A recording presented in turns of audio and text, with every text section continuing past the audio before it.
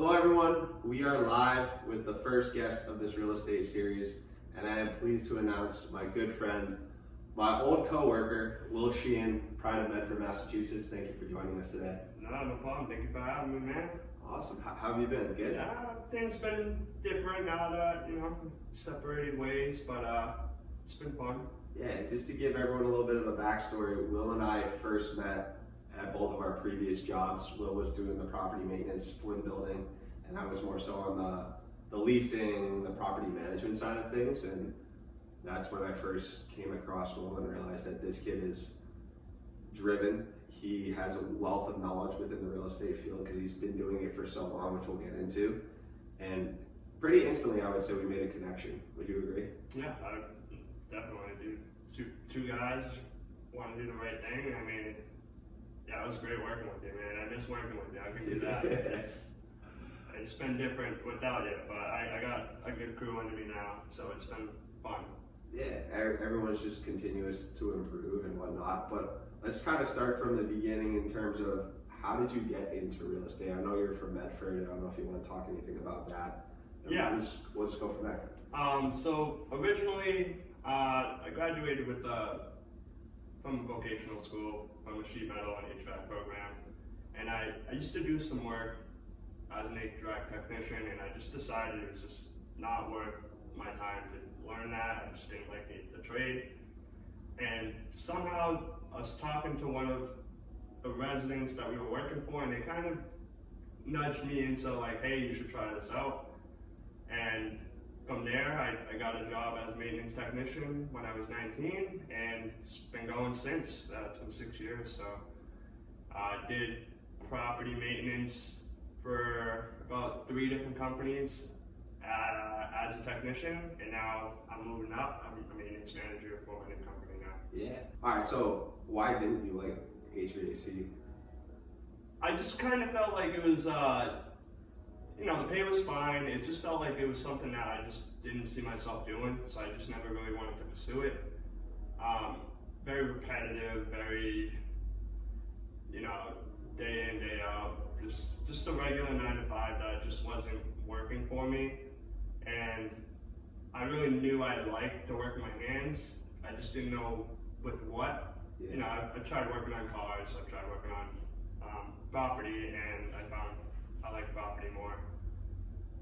Not the HVAC side though. Just all the mechanical stuff. It's I'm good at fixing all of that, but climbing up in the crawl spaces and installing sheet metal ductwork, it just was not my best. Yeah. So it just wasn't what was for me. That's all. Nice. And then could you also talk through the decision of going to a vocational school rather than, let's say, a traditional high school and then go to college? Was that always your plan, or what was that? Because I don't know, from my upbringing, a lot of kids, the path was you go to high school, you go to college, and a lot of times people don't even know what they're going to college for. Can you talk about what that path was for you? Yeah. So basically, that's exactly what happened. I was in middle school. I kind of knew that I wanted to be in a trade. I wasn't sure if I was going to go to college. I did end up going to college for about 2 years after high school, and I just decided that I'm going to be in a trade industry. It just wasn't for me. But it wasn't kind of something I set my mind to. It wasn't like a path. It was just more or less the way life was taking me, and then, I just seemed to find a lot of interest, especially when I was working in the vocational school. It was construction trade and HVAC. HVAC was what I originally piqued my interest. Yeah. Once I got to the field, no. So it was just kind of, I think what really pointed me there was a lot of my siblings went to the vocational school, so it was just something that I think was just the right thing to do. That's that. Nice. And then in terms of, did you have any mentors growing up pushing you on a certain path, or did you follow your siblings, or? No. Yeah, it was just kind of, find my own interest and, I learned by myself and took it from there. Nice. And then if you had to describe to the people at home, what exactly is property maintenance? What's your day-to-day? How has that changed throughout the different jobs that you've had? What does it look like if you could paint that picture? If we're gonna like just summarize it, I think property maintenance in general is just basically problem solving. Okay. It's a lot of customer service and just problem solving. It's not as in depth as like, you know, a renovation or remodeling or ductwork installed and stuff like that, or a boiler. It's nothing too major, so it's all very. It's a hard way to describe it. Yeah, it's what I found I liked about it was the problem solving aspect, but Could you give us some examples of some problems that you have to solve? Any stories? yeah, story, yeah. You probably have stories for days. Yeah, that's the thing. I mean, there's so much. Yeah, I don't really have a good answer for that, honestly. I guess what's on in the spot. Yeah, what's a typical issue that, hey, you're gonna get called, you're gonna get a work order for it? Is it Like no heat calls or no air conditioning or toilet clogs or leaks. Basically, we're the first response, and if it needs to move up a level and go into like a construction or a remediation project, then it will. But we are usually like the first people to see whatever problems going on, especially for bigger properties or communities that have their own on-site maintenance. It's just a bunch of random problems. It could be anything. You know, a light bulb out all the way to a massive flood from the fourth floor, or a sprinkler system fail, and you're just there dealing with it. Yeah, just so to summarize, you're working probably at apartment communities and something comes in and you're the first person that they're gonna call to try to fix the problem. And if you can't fix the problem, you'll triage that to a contractor or a vendor to oversee that fix. Yeah, generally that's how it goes. And have you had any major, does anything stand out of like a crazy leak or a crazy situation that you had to deal with? Yeah, recently, like last week, or it was about 2 weeks ago, there was a cold freeze. I'm sure you were here. There was a cold freeze and one of the pipes bursted, and I got lucky. It was a major pipe, it was the sprinkler system, and it didn't flood the building, which is where I got lucky, but the problem is the sprinkler system is such a major component, so I had to stay for about 14 hours after the leak happened just for fire watch. Just to make sure that, you know, nothing's on fire. I think it's just a random mandate. But you were doing fire watch or somebody? Yeah, I do fire watch, and it was, that one was the worst I've ever had. I've done the fire watch when we used to work for our other company in Burlington. When the fire happened, I had to sit there and go back to the property, but that was only about roughly 6 hours. This one was 14 hours. It was actually Christmas Eve, actually. Yeah, Wow. it was insane. It was very insane. It happened a little bit longer than I thought, but wow, it was terrible. And that's something that I've really admired about Will from our time working together, is this guy cares. He just said it. He was standing fire watch on Christmas Eve when a lot of people would be like, oh, this stinks, like I don't want to do this, I don't get paid enough, etc. But this kid's willing to put in the hard work, put in the time, and it's awesome to see. You're a young guy like me, hungry. But so then, in terms of talking through that, was the sprinkler company able to come out then after those 14 hours to then make the repair and get the system back online? Yeah, so basically the reason why I had to do fire watch was because the sprinkler system repair, you had to glue there's like the water pipe. Yeah. You had to glue it. The cure time was 12 to 24 hours. And since it was cold, it was a little less. Mm-hmm. So we met in the middle, just kind of rounded up to 16, which is a little bit more than 12, a little less than 24. And everything was good. They came back on Christmas morning, they just turned it all back on, and we were free to go. Wow. And that's another thing too that I know that maybe the audience doesn't know, is a big thing about being on the property management team is you are on call. Yeah. Could you talk about that? That's another thing that's, when we worked at our old company together, I didn't have to be on call. Yeah. And Will and his team every so often would do rotations, and there'd be, I don't know, you want to go into depth about that and how Yeah. like that? On call, it's like you said, 24/7. Any emergencies come in, no hot water leaks, you name it. You basically just respond to the call and you get the job done and then you get paid paid for it. There was now that I'm on a much smaller team, I'm on call like every other week, which is not too bad. You know, I don't mind doing the on calls. Yeah. But a lot of people, it tends to be the hardest part of the job because no one wants to go home and you're eating dinner and you get a call, or you know, you're about to eat dinner and then you got to go unclog a disgusting toilet or something like that. And it's just, it's definitely the most unappealing part of the job, but it's a big part of the job though. It's, I would almost argue one of the bigger parts of the job, because that's basically why we have on-site maintenance, is to respond to emergencies more than anything. We don't want emergencies to happen, they do, and keeping someone on call is essential to make sure that the building and, you know, our residents are taken care of immediately. Yeah, having those contingency plans. And could you talk through a situation where, let's say you get a call, you're in at 2 a.m., you're dealing with something. Is it tougher at those hours, or what does that look like? Yeah, well, I have a good example of when I initially started maintenance. I just started taking on calls, and another frozen pipe. We got a lot of those here in Massachusetts. When I went out to a property I wasn't familiar with, and it was around 1 in the morning, and none of my managers were helping. No one was calling, no one was answering. I was kind of forced to shut the building down, but I wasn't allowed to leave the building shut down because everybody was out of hot water. And that was probably one of the more frustrating nights being on call, because it felt like there was no one to help me. Mm-hmm.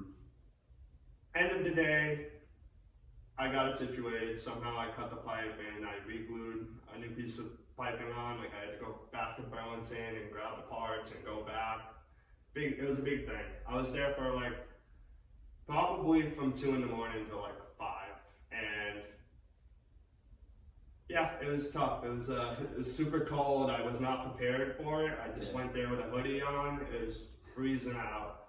The fire department was there. It was a whole big scene, and yeah, at those times specifically, it could feel like you're on your own, especially when it's something so major. And it just, you know, there's nothing you can do because you don't know what's going on, or you don't know what the best way to go about this is, and yeah, it just kills you. So what's your mindset when you're trying to troubleshoot something like that at that hour with no help? Well, that was at the beginning of my career. Kind of, you know, it's one of those things where it's like you learn something new every day. Yeah. It was, you know, we're always going to be frustrated in the moment, but, you know, like you said, you got to take a step back and you got to like navigate the issue. What I ended up doing was ultimately shutting off the water. Yep. Got rid of the water. That was step one.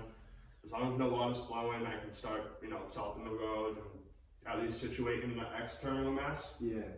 But, you know, just taking a step back, cool down after situating the immediate problem, and just, you know, a couple of YouTube videos.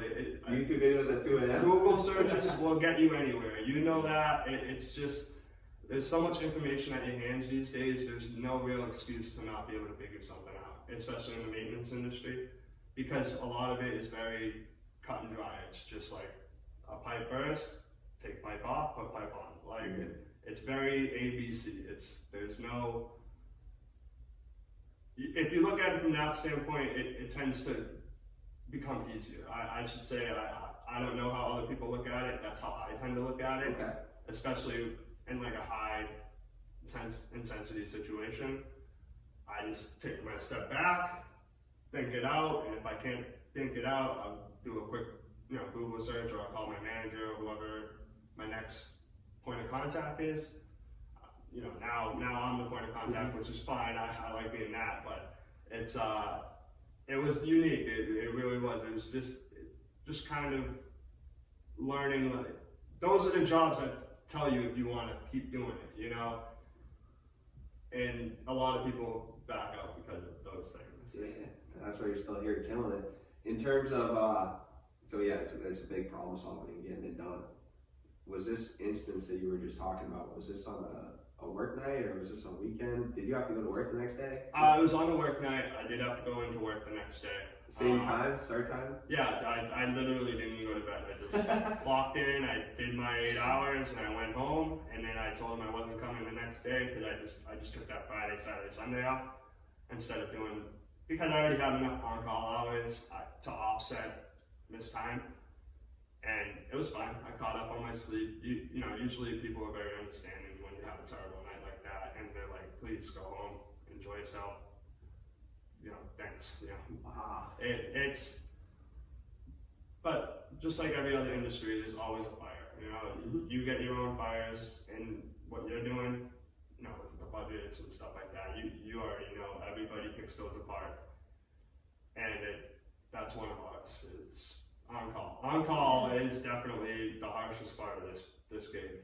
Yeah, well, I'm glad there's people like you. I mean, at my new job now, I do have a little bit of. Yeah, exactly. You're on call. Now you know. Now you know exactly. Yeah. And it's at least you don't have to like.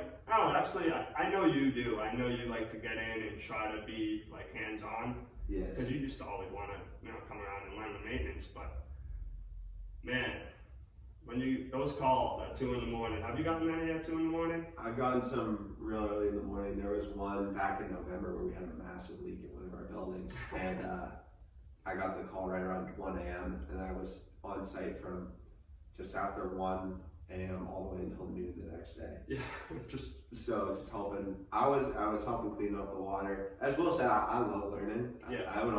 Will would be teaching me some things. There was a few days where I came in and I worked with the maintenance team just to get a feel of what they're doing on a day to day. Because I mean, we're similar in that way. We're being sponges, and that's something. Like, what motivates you as because you're what, 25 too? Yeah. What's motivating you? You know, I think it's just keeping that positive mindset. I don't know if it's motivation, more or less just staying positive, just doing the right thing, and the right thing will come back. And, karma. That's kind of the motivation. Just be a good person, the world will be a good person back, Have you always had that outlook, or was it? No, really? That took me a long time to learn.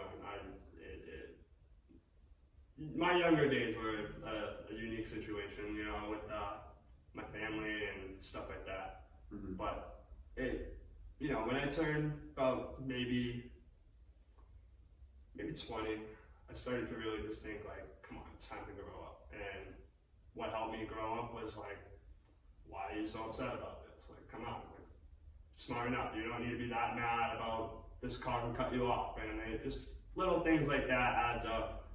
And at 25, now I'm just kind of a much more laid back and tame version of what I used to be. Mm-hmm. And it seems like what came with it was motivation to always, continue striving forward and doing the right thing and getting your best foot in the door and always showing your worth.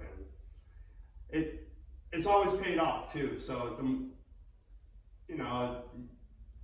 you see the fruits of your labor come back, and it just makes you want to do more, and it makes you want to keep growing, and it makes you want to just keep learning, and learning also just keeps me motivated too. So it sounds like you almost just came to this self-realization, and then you saw the positive reinforcement, and it's just continued to help you grow. Is that correct? That's literally it, and it's just taking time and just telling yourself, it's fine. You don't need all that extra energy or any, wasted energy on stuff that you can't control. Yeah, well, that's insightful. I love it.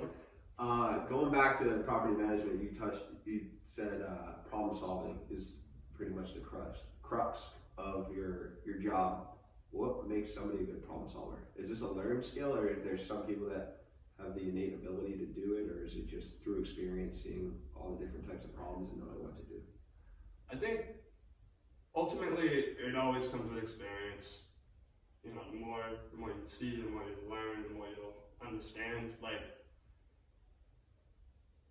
a lot of these things that we talked about, like how it can go from like a toilet to a light bulb to like a fixture or something like that. A lot of them are very correlated, like they all have simple thing, and that I will say it's learned if you're motivated to learn, because you're not gonna be able to fix a problem that you've never seen before. Mm-hmm.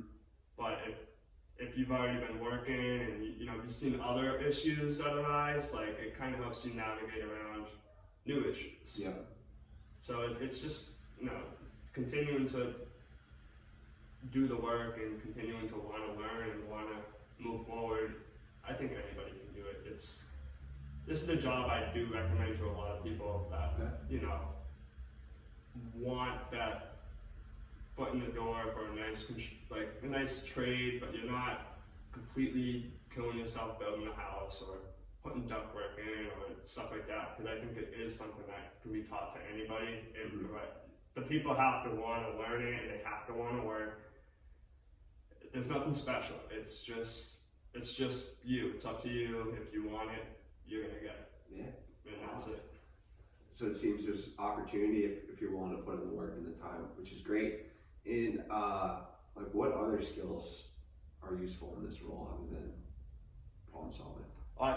Definitely, communication, customer service, just being a friendly face or just a face that people want to come to fix their problems, because no one's going to come to you if you're a jerk. So why be a jerk? Just be the right person, and then caring about your place, caring about your property. I think those are the main factors that will contribute to that. Okay, I like that. So it's problem solving, caring about the property, and then customer service. And customer service, yeah. Because you're going into people's houses, you're knocking on the door, and they're saying, it's a big trust thing. I talked to these, when we were working together, you were an excellent customer service. I used to always send people to you, but I was in their house. They had to trust me to go to their house, to do their work, to do the right thing and to fix their problem. A lot of these people are not home. Everybody's working at the same time, and developing that trust, it takes one thing to ruin 10 years of trust.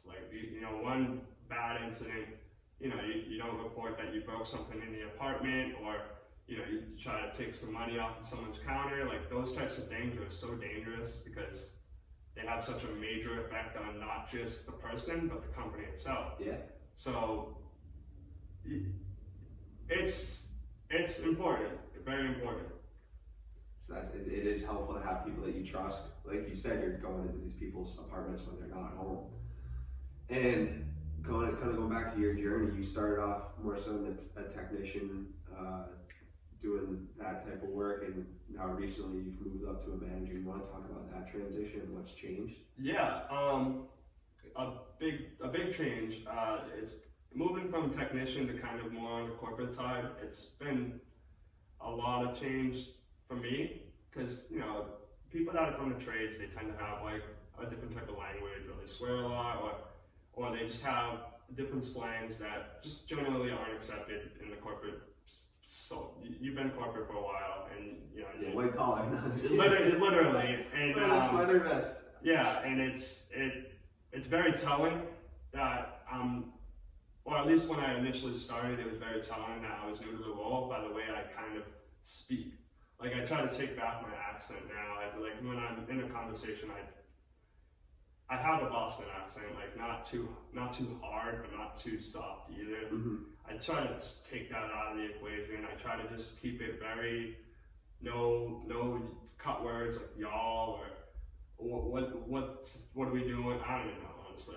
I don't have any good examples of that, but just slang words that just kind of don't sound professional has been my major change. It's just been a big personality shift for me, because I'm just kind of re-reflecting. I'm going over who I am, and I'm going, do I need to swear? No, I don't. Why am I swearing? Okay, let's cut that out. Or,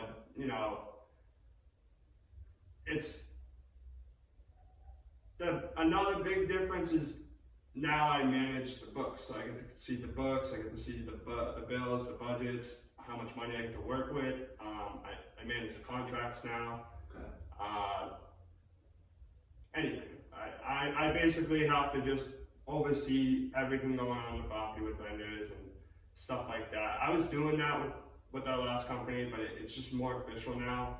when something's wrong, it's my fault, Mm-hmm. and that's it. That's it. Ownership is a big part of the job, and I'll always be the first one to admit that. Like, admit ownership, even if it's not me. Wow. But that's just, it comes with the role. Like, a lot of those things is just kind of like, you have to take it now. Sorry, like, this is you. That's the role you got. You're the finger we have to point at now. So that has been a lot different, and everything being on me, I haven't really had much incidents. It's just more or less like the pipe bursted, and then not that it was my fault, but who's the property manager, or who's the maintenance supervisor or maintenance manager, and they come to me with the questions, and they come to me with what they want me to do or recommend, or what I recommend or my problem solving or solution for it. And I love it. I'm not gonna lie. It's such an eye opener. It's been great to get this opportunity to level up like that and really see the other side of things, the other side of the house. I was so used to being that face, like the customer service, going into the unit, always, managing my vendors, just like from afar though. Phone calls, just visual inspections, never having to speak with other supervisors regarding other people's poor work or poor quality of work or outfits. Now that's all on me. So it's a lot more conversations too. But these are things I enjoy. These are a lot of new things for me. I was a technician for about 4 or 5 years, and it was starting to get a little repetitive. There's always something new you'll learn, but that repetitiveness was a little old. Yeah, get a little stagnant, want to try something new. Exactly. I wouldn't even say try something new. This was kind of presented to me, and I jumped ship, and I'm really happy I did. It's one of those things like about my corporate talk too. Just simple things like that. I mean, I constantly I'm just correcting myself in my head now, and it's great. I mean, it's all about knowing your audience, and because I mean, the number one thing is being yourself. But you are right, in business, there's different ways that you have to talk to conduct yourself. Conduct yourself given the situation. But at the end of the day, you should conduct yourself to a high level, which you're not. It's what you're saying, but you switch it up depending on who the audience is. Yeah, we're young, we have friends, we're gonna go out, we're always gonna have different people we'll talk to in different ways. Our family, we talk to them in a different way. It's just another part of our personality, and always are supposed to keep work and home separate. Your work boys specifically, your home boys, they're always gonna be drastically different. You can't bring home into work, and we all know that. You keep work at work, home at home, and I treat that with all aspects. And that my speech used to never be a part of something I thought about until now. So now that's a part of a business identity. It's great that you have a lot of this self-reflection and awareness at such a young age too. Because I feel a lot of people just don't. If the little things do matter. They add up. They tend to add up really fast, and I think I just got to appreciate them a little earlier, and that's all. A lot of people, they'll get there when, but it's been a journey. I mean, I've been on a journey I feel like life has always been to keep doing better. So if you don't keep doing better, something's really wrong. Yeah, I love this saying. Really wrong. You're either getting better or you get worse. Staying the same is getting worse. Yeah. It's really bad to stay in a habit. It's staying in the same place for too long, right? You know that. Yeah. It's just not healthy. It's not fun. Like life has so much more for you to see. Get out there and learn something new, even if it's a new job. Exactly. And it's not so black and white too for people at home where you're gonna have some months where it's probably gonna be slower. You might have other things that you're juggling where you might not be able to accelerate so much in your professional career. And good things take time to build, but what we're pretty much saying is you should always be striving to be the best version of yourself. The best version of yourself, exactly. That's the perfect way to word it. Because like you're saying, it's not gonna be a new job is going to automatically open your eyes to self-reflection.